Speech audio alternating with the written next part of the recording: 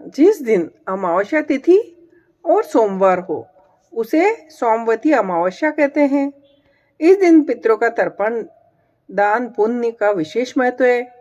इस दिन पीपल के पेड़ की पूजा व 108 परिक्रमा करनी चाहिए। इस दिन परिक्रमा में पैसा फल मिठाई आदि चढ़ाते हैं। बच्चों को फल तथा मिठाई बांटने से विशेष फल मिलता है। इस व्रत को सुहागिन स्त्री अपने पति व पुत्र की दीर्घायु के लिए व अखंड सौभाग्य के लिए करती है। पौराणिक कथा के अनुसार प्राचीन समय में एक ब्राह्मण था। उसकी एक बेटी थी जिसकी शादी को लेकर वो बहुत चिंतित था। लड़की बहुत सुंदर सुशील कामकाज में अच्छी थी, लेकिन फिर भी उसकी शादी के योग नहीं बन रहे थे।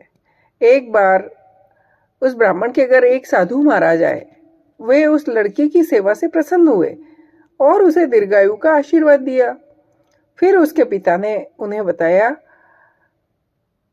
कि इसकी शादी नहीं हो रही है। साधु ने लड़की का हाथ देखकर कहा, इसकी कुंडली में शादी योग नहीं है। ब्राह्मण घबरा कर उपाय पूछने लगा।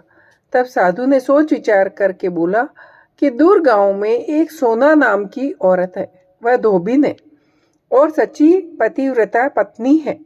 अपनी बेटी को उसकी सेवा के लिए उसके पास भेजो। जब वो औरत अपनी मांग का सिंदूर इस पर लगाएगी तो तुम्हारी बेटी का जीवन भी संवर जाएगा। ब्राह्मण ने अगली ही सुबह उसे सोना धोबिन के यहाँ भेज दिया। धोबिन अपने बेटा बहू के साथ रहती थी।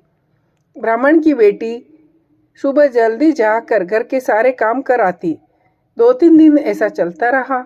धोबिन को लगा उसकी बहू इतनी जल्दी काम करके फिर सो जाती है। उसने बहू से पूछा। तब बहू ने कहा, मुझे लगा आप ये काम करते हो। धोबिन ने अगली सुबह छिपकर देखा कि ये कौन करता है। तब वहां ब्राह्मण की बेटी आई और फिर उसे धोबिन ने पकड़ लिया। धोबिन के पूछने पर उसने अपनी सारी व्यथा सुनाई। धोबिन भी खुश हो गई और उसे अपनी मांग का सिंदूर लगा दिया। ऐसा करते ही धोबिन के पति ने प्राण त्याग दिए। ये दिन सोमवती अमावस्या का था। धोबिन तुरंत दौड़ते दौड़ते पीपल के पेड़ के पास गई। परिक्रमा करने के लिए उसके पास कुछ नहीं था, तो उसने ईंट के टुकड़ों से पीपल की 108 बार परिक्रमा की। ऐसा करते ही धोबिन के पति में जान आ गई।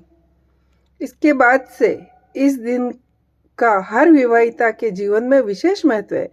वे अपने पति की लंबी आयु के लिए व्रत पूजा संपन्न करके यह कथा सुनती है। कुछ समय बाद ब्राह्मण की कन्या का अच्छी जगह विवाह हो जाता है और वह अपने पति के साथ सुखमय जीवन व्यतीत करने लगती है। जय हो।